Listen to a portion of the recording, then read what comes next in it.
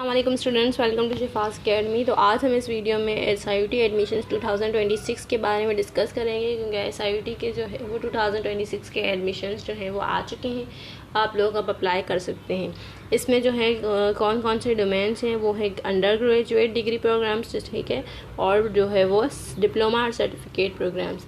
Under ग्रेजुएट degree programmes के अंदर दो डोमेन्स हैं, एक BS जेनरिक नर्सिंग का है और जो है वो एक हमारे पास BSMT का है। दोनों जो है वो 4 इयर्स के डिग्री प्रोग्राम्स हैं, ठीक है। इसका एलिजिबिलिटी क्राइटेरिया क्या है वो भी देखेंगे, कौन सी फील्ड जो है वो बहुत अच्छी हैं, ठीक है, कहाँ पर आप लोग कैसे अप्लाई कर सकते हैं, ठीक है, और कौन कौन सी अच्छा। तो सबसे पहले है anaesthesia and critical care sciences. Anaesthesia और क्रिटिकल केयर साइंसेस वो इस फील्ड में आप जो है वो टेक्नोलॉजिस्ट जो या होते हैं वो एनेस्थीसियोलॉजिस्ट के साथ काम कर रहे होते हैं। उसके एनेस्थीसिया मतलब उसको सिडेशन और पैरालिसिस देने के साथ उसके सर्जरी के बाद अवेकनिंग और रिकवरी की तरफ भी देख रहे होते हैं, ठीक है। क्लिनिकल लैब साइंसेस ये जो है वो लैब्स वगैरह में जो है वो जो है सैंपल्स वगैरह ब्लड हो, यूरिन हो, उसके सैंपल्स को रन करके रिज़ल्ट निकालते हैं। रेडियोथेरेपी जिसमें रेडियोलॉजी डायग्नोस्टिक, तो इसमें ये जो है वो अल्ट्रासाउंड और एक्सरे वगैरह डिपार्टमेंटल भी कर रहे होते हैं। और जो पेशेंट जो है वो लाइक वेंटिलेटर वगैरह के होते हैं तो उनके जो है वो ICUs वगैरह में पोर्टेबल एक्सरे और अल्ट्रासाउंड भी कर रहे होते हैं। Dialysis and critical care sciences ये जो है वो डायलिसिस डिपार्टमेंट में काम कर रहे होते हैं कि किस जो किडनी फेलियर वाले पेशेंट होते हैं उनकी डायलिसिस कर रहे होते हैं, उनको वॉश आउट कर रहे होते हैं ब्लड में से टॉक्सिन्स वगैरह, ठीक है। ये ICUs में भी काम कर रहे होते हैं और ये डायलिसिस सेंटर्स वगैरह में भी काम करते हैं, ठीक है।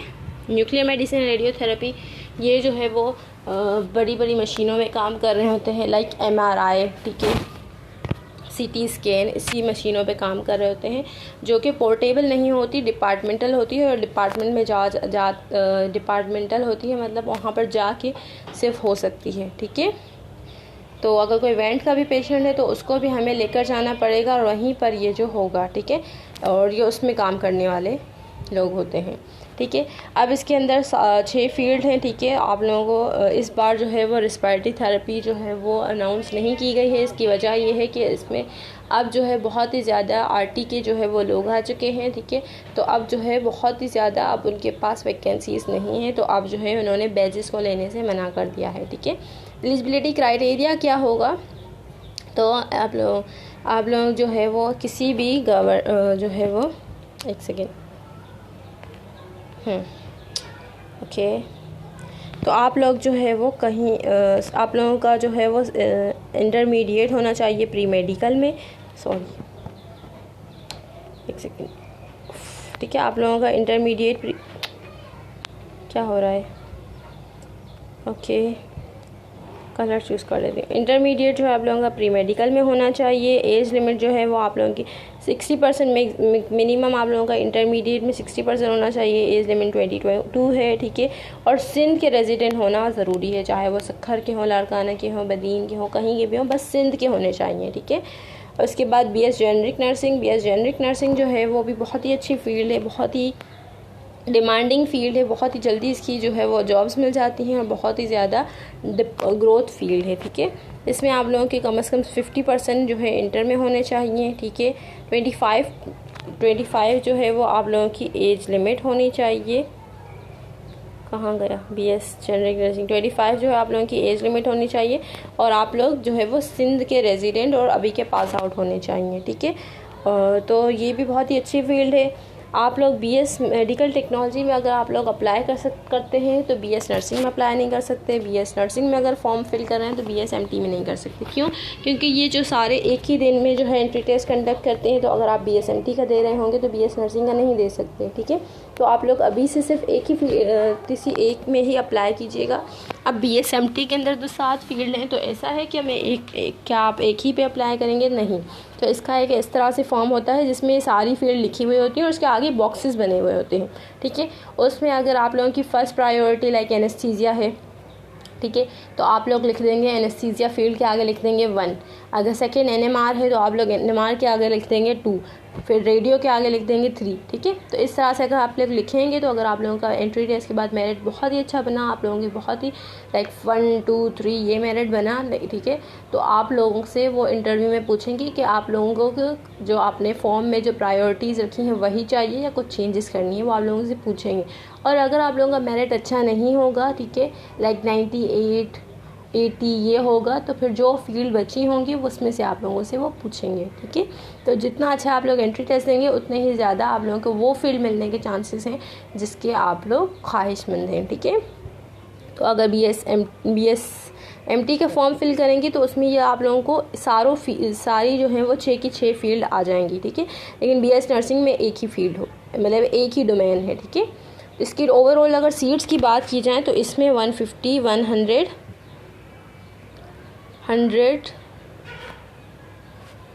या 150 जो है वो फील्ड होती हैं, ठीक है।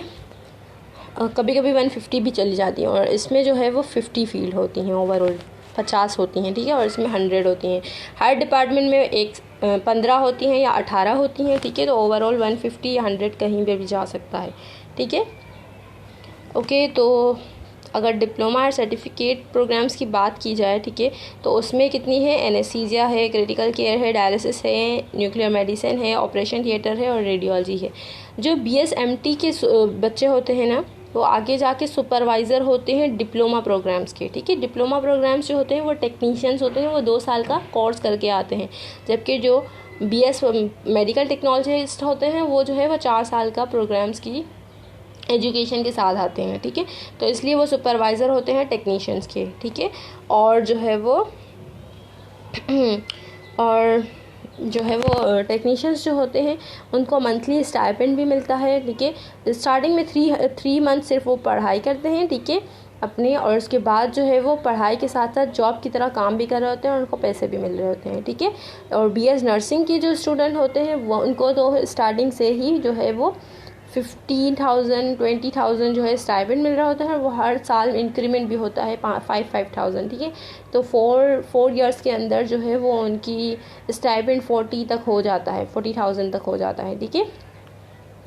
और जो BS मेडिकल टेक्नोलॉजिस्ट होते हैं उनको स्टाइपेंड नहीं मिल रहा होता, क्योंकि ये बहुत ही ज़्यादा जो है वो फील्ड महंगी होती है। अगर आप एनेस्थीसिया डाओ से करेंगे तो आप लोगों की जो है वो ओवरऑल 4 ईयर की 8 लाख तक तो कहानी पहुंच जाती है, ठीक है, 8 to 10 लाख, ठीक है। तो इसलिए बहुत ही महंगी फील्ड है, ठीक है। और गवर्नमेंट के सेक्टर्स में भी इनकी कोई सिर्फ वो यूनिवर्सिटीज़ खुद पैसे ले रही होती हैं, इनके में कोई स्टाइपेंड नहीं है, तो इस वजह से यहाँ भी इनको कोई स्टाइपेंड नहीं मिल रहा होता, ठीक है। जबकि बाकी लेकिन जो जितने भी खर्चे होते हैं, अखराजात होते हैं एजुकेशनल के, वो इनमें से कुछ भी नहीं लेते हैं, वो कम्प्लीटली फ्री होती है, ठीक है। ये सारे डोमेन्स जो है वो कम्प्लीटली फ्री होते हैं, बस ये फ़र्क है कि BS नर्सिंग, डिप्लोमा और NA वगैरह में जो है वो स्टाइपेंड मिल रहा होता है, बस BSMT में स्टाइपेंड नहीं मिल रहा होता, क्योंकि ये फील्ड ही बहुत महंगी होती है, ठीक है।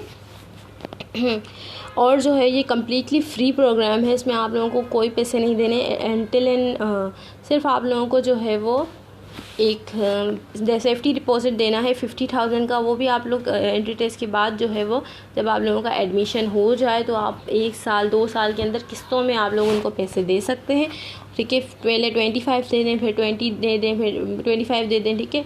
ये सेफ्टी डिपॉजिट क्यों होता है, ये आप लोगों की डिग्री कंप्लीट होने के बाद ये आप लोगों को वापस कर दिया जाता है, क्योंकि ये सेफ्टी होता है, ठीक है। मतलब आप लोग कहीं और तो नहीं चले जाएंगे, मतलब आप लोग अपनी सीट ज़ाया तो नहीं कर देंगे। मतलब कुछ बच्चे ऐसे होते हैं जो बस इसलिए ले लेते हैं, ठीक है, ये फील्ड, ताकि जो है वो 1 साल अगर MBBS की तैयारी करें और अगर उनका वहाँ भी ना हो जाए तो उनका साल ज़ाया ना हो, ठीक है। तो ऐसा ना करें, क्योंकि इसकी वजह से सीट ज़ाया होती हैं और वो बच्चे भी रह जाते हैं जो दूसरी यूनिवर्सिटीज़ की फ़ील्ड्स अफोर्ड नहीं कर सकते, ठीक है, फीसेस अफोर्ड नहीं कर सकते, और लेकिन सिर्फ इस वजह से रह जाते हैं क्योंकि उन बच्चों की वजह से जो सिर्फ इन फील्ड की सीट्स को इसलिए साइड पे रखते हैं ताकि वो MBBS की तैयारी करें, ठीक है, और उनका साल ज़ाया ना हो, ठीक है। तो ये इस वजह से सेफ्टी डिपॉजिट देते हैं। अगर वो बच्चे इस तरह से बीच में छोड़ के जाते हैं तो ये सेफ्टी डिपॉजिट वो अपने पास रख लेते हैं। लेकिन अगर आपने सक्सेसफुली 4 इयर्स का डिग्री प्रोग्राम कंप्लीट कर लिया होता है तो ये आप लोगों की इंटर्नशिप में ही 50,000 वापस कर देते हैं, ठीक है। इंटर्नशिप पहले मैंडेटरी थी, अब आप लोगों का जो बनेगा उसमें कंफर्म नहीं है कि इंटर्नशिप मैंडेटरी होगी या नहीं। इंटर्नशिप जॉब की तरह होती है, समझ लें डिग्री कंप्लीट होने के बाद सबसे पहला साल जॉब का, ये समझ लें, ठीक है, जिसमें आप लोग हैंड्स ऑन एक्सपीरियंस कर रहे होते हैं, ठीक है। और जो है डिप्लोमा प्रोग्राम का एलिजिबिलिटी क्राइटेरिया क्या है, 50% मार्क्स 50% आप लोगों के मार्क्स होने चाहिए। कम से कम इंटर में सिर्फ मेल जेंडर अप्लाई कर सकता है, बीएस नर्सिंग में सिर्फ फीमेल जेंडर अप्लाई कर सकता है, और बीएस मेडिकल टेक्नोलॉजी में मेल एंड फीमेल बोथ, ठीक है। और इसमें 20 ईयर्स एज लिमिट है। और नर्सिंग असिस्टेंट में क्या है, 50% मार्क्स होने चाहिए आप लोगों के, प्री मेडिकल में होना चाहिए, और 20 ईयर्स, ठीक है, कम से कम 20 साल के अंदर होने चाहिए, और परमानेंट रेजिडेंट होने चाहिए सिंध के, ठीक है। ठीक है, तो ये हमने जो है फील्ड के बारे में डिस्कस कर लिया। अगर क्रिटिकल केयर की बात की जाए, अगर हम बीएसएमटी में सिर्फ क्रिटिकल केयर की बात की जाए, तो एनेस्थीसिया, डायलिसिस, ये आईसीयूज़ और जो है वो उसको डील कर रहे होते हैं। ओटी वाले जो है वो सर्जन्स को असिस्ट कर रहे होते हैं। एनएमआर वाले जो है वो मशीनें चला रहे होते हैं, सीटी और एमआरआई की, ठीक है, एनएमआर वाले। और जो रेडियो वाले होते हैं वो अल्ट्रासाउंड और एक्सरेज कर रहे होते हैं। और सीएलएस वाले जो है वो टेस्ट रन कर रहे थे। अब बहुत ही अच्छी फील्ड कौन सी है, तो सारी फील्ड बहुत ही अच्छी हैं, ठीक है। जैसे अब वो आप लोगों पर डिपेंड करता है कि आप लोग भाग दौड़ वाले मतलब क्रिटिकल केयर की तरफ जाना चाहते हैं, डॉक्टर्स जिस तरह से भाग रहे होते हैं, या कहीं बैठ के सुकून से सीएलएस वालों की तरह काम करना चाहते हैं, या रेडियो मतलब मशीनें जो है वो मतलब सीटी वगैरह करना चाहते हैं, ठीक है। ये ओटी में सर्जन के साथ काम करना चाहते हैं, ठीक है। तो आप लोगों पे डिपेंड करता है कि आप लोग कौन सी फील्ड लेना चाहें। अब अगर एसआईयूटी में सबसे किस फील्ड की अगर मतलब ज़रूरत है, मतलब किस फील्ड की सबसे ज़्यादा जॉब्स होती हैं, तो वो डायलिसिस है, क्योंकि ये है ही टर्शरी केयर किडनी का हॉस्पिटल। तो इसमें जो है वो सारी ऑब्वियसली वैकेंसीज़ भी जो है वो डायलिसिस वालों की ज़्यादा होती हैं। तो ये अपने बच्चों को जॉब्स ऑफ़र करते हैं डायलिसिस वालों को, ठीक है। बाकी बहुत ही अच्छी फील्ड सीएलएस भी है, एनएमआर भी बहुत अच्छी फील्ड है, ठीक है। इसके अलावा जो है वो लैब एनएमआर भी अच्छी है, ठीक है। और अगर क्रिटिकल केयर की तरफ जाएं तो एनेस्थीसिया भी अच्छी है और ओटी भी अच्छी है, ठीक है। ओके, हमने ये डिस्कस कर लिया। फॉर्म सिर्फ आप एक ही भर सकते हैं, अगर बीएसएमटी का भर रहे हैं तो बीएसएन का नहीं कर सकते, ठीक है। तो सोच समझ के भरिएगा, ठीक है। अब हम अपने एप्लीकेशन प्रोसीजर की तरफ जाते हैं। इसमें क्या है, एप्लीकेशन प्रोसीजर जो ये है वो आप लोग इनकी वेबसाइट जो है http://siut.edu.pk, यहाँ पर जो है वो इसमें जो है वो गूगल पर लिखेंगे तो आप लोगों के पास वेबसाइट खुल जाएगी। वहाँ पर आप लोगों को फॉर्म्स मिल जाएंगे और आप लोग वो सबमिट कर देंगे। लास्ट डेट क्या है, 3 दिसंबर है, 2025 लास्ट डेट है। और कभी कभी ये जो है एक्सटेंड भी हो जाती है। आप लोगों को ये सब किस तरह से पता चलेगा, तो आप लोगों को SMS और अगर मतलब जब एंट्री टेस्ट होगा तो आप लोगों को कन्फर्मेशन ईमेल और एंट्री टेस्ट की डेट का ऐसे पता चलेगी। तो आप लोगों को SMS और ईमेल के थ्रू पता चलेगी। जब आप फॉर्म फिल कर रहे होंगे तो उसमें जो ईमेल आप लोग लिखेंगे वो एक्टिव होनी चाहिए, ताकि जब आपके पास उस पर मैसेज आए तो आप लोगों को पता चले। या जो नंबर आपने दिया है उस पर मैसेज आएगा तो आप लोगों को पता होना चाहिए, ठीक है। तो बहुत ही विजिलेंट हो के आप लोग जो है वो अपनी ईमेल और फ़ोन नंबर दीजिएगा। एंट्री टेस्ट सिर्फ उन्हीं बच्चों को के मैसेज आएगा जो एलिजिबिलिटी क्राइटेरिया मतलब जो उन्होंने एज वगैरह रखी है, ठीक है, मैक्सिमम एग्रीगेट जो रखा है उसको जो मीट करेंगे सिर्फ उन्हीं को ईमेल एंट्री टेस्ट के लिए मैसेज आएगा, ठीक है। और इंटरव्यू सिर्फ उन स्टार्टिंग के अगर बीएसएमटी की बात की जाए तो 150 या 120 बच्चों को आएगा बीएस इंटरव्यू, ठीक है। और जो बीएस नर्सिंग वालों को है वो 50 जो स्टार्टिंग के जो 50 सीट्स हैं उनको आएगा, ठीक है। तो इंटरव्यू में कुछ नहीं होता, कोई हार्ड एंड फास्ट नहीं, बस वो ये पूछ रहे हैं जो आपने फील्ड ली है वो आपको चाहिए नहीं चाहिए, कहीं आपने कहीं और तो अप्लाई नहीं किया, क्या आप लोग सेटिस्फाई हैं इसी फील्ड में अप्लाई करना चाहते हैं, और आप लोगों को ये पता कहाँ से चला, तो आप लोग मेरा नाम बता सकते हैं या मेरे चैनल का नाम बता सकते हैं, ठीक है। तो कोई हार्ड एंड फास्ट रूल नहीं है, ठीक है। लेकिन आप लोग जितना अच्छा आप लोग अपना एंट्री टेस्ट देंगे उतने ही ज़्यादा चांसेस हैं कि आप लोगों को ये फील्ड मिल जाए, ठीक है, और आप लोगों की अपनी पसंद की फील्ड मिल जाए, ठीक है। तो आप लोग बहुत ही अच्छी प्रिपरेशन करें। मैंने क्रैश कोर्स भी स्टार्ट कर दिया है जिसमें हमने मैथ के पार्ट को कंप्लीट कर चुके हैं, ठीक है। उसकी वीडियोस मौजूद हैं। अब हम आज मैं इंग्लिश की भी अपलोड्स कर दूँगी, उसके बाद केमिस्ट्री, फिजिक्स और बायो की तरफ जाएंगे और फिर हम अपने लास्ट ईयर 2025 के जो पास्ट पेपर्स हैं उसको भी मैं डिस्कस कर लूँगी। 2024, 2023 और 22 के जो है वो पास्ट पेपर्स में पहले ही अपने वीडियो में आप लोगों को बता चुकी हूँ, ठीक है। पास्ट पेपर्स आप लोग ज़रूर देखिए, ठीक है। प्रैक्टिस पेपर देखिए ताकि आप लोगों के माइंड में क्लियर हो कि MCQs किस तरह के आएंगे, ठीक है, कितने आएंगे, कौन से सब्जेक्ट्स होंगे, ये सारी चीज़ें आप लोगों को क्लियर हो, ठीक है। तो और कुछ अगर मैं, हाँ, SIOT जो है वो सबसे फर्स्ट जो बात है वो SIOT क्या है, HEC से रिकॉग्नाइज़ है। HEC से रिकॉग्नाइज़ है मतलब ऐसा नहीं है कि आप लोग कहें कि मैंने SIOT में एडमिशन लिया है तो पता नहीं मेरी डिग्री बाहर ममालिक में काम आएगी या नहीं आएगी, ऐसा नहीं है। ये HEC से रिकॉग्नाइज़ है, मतलब इसकी जो डिग्री होगी वो दूसरे ममालिक में भी जो है वो आप लोग उस पर अप्लाई कर सकते हैं, लाइक मास्टर्स के लिए वगैरह, ठीक है। लाइक ये उसी तरह है, लाइक डाव वगैरह और KU जिस तरह से HEC से रिकॉग्नाइज है, इस तरह से ये भी जो है HEC से रिकॉग्नाइज्ड है, ठीक है। तो आप लोगों को ये मसले तो नहीं आएंगे क्योंकि इसकी डिग्री वैलिड है, ठीक है। ये मैं नहीं कह रही, ये HEC का जो है ये प्रूफ कह रहा है, ठीक है।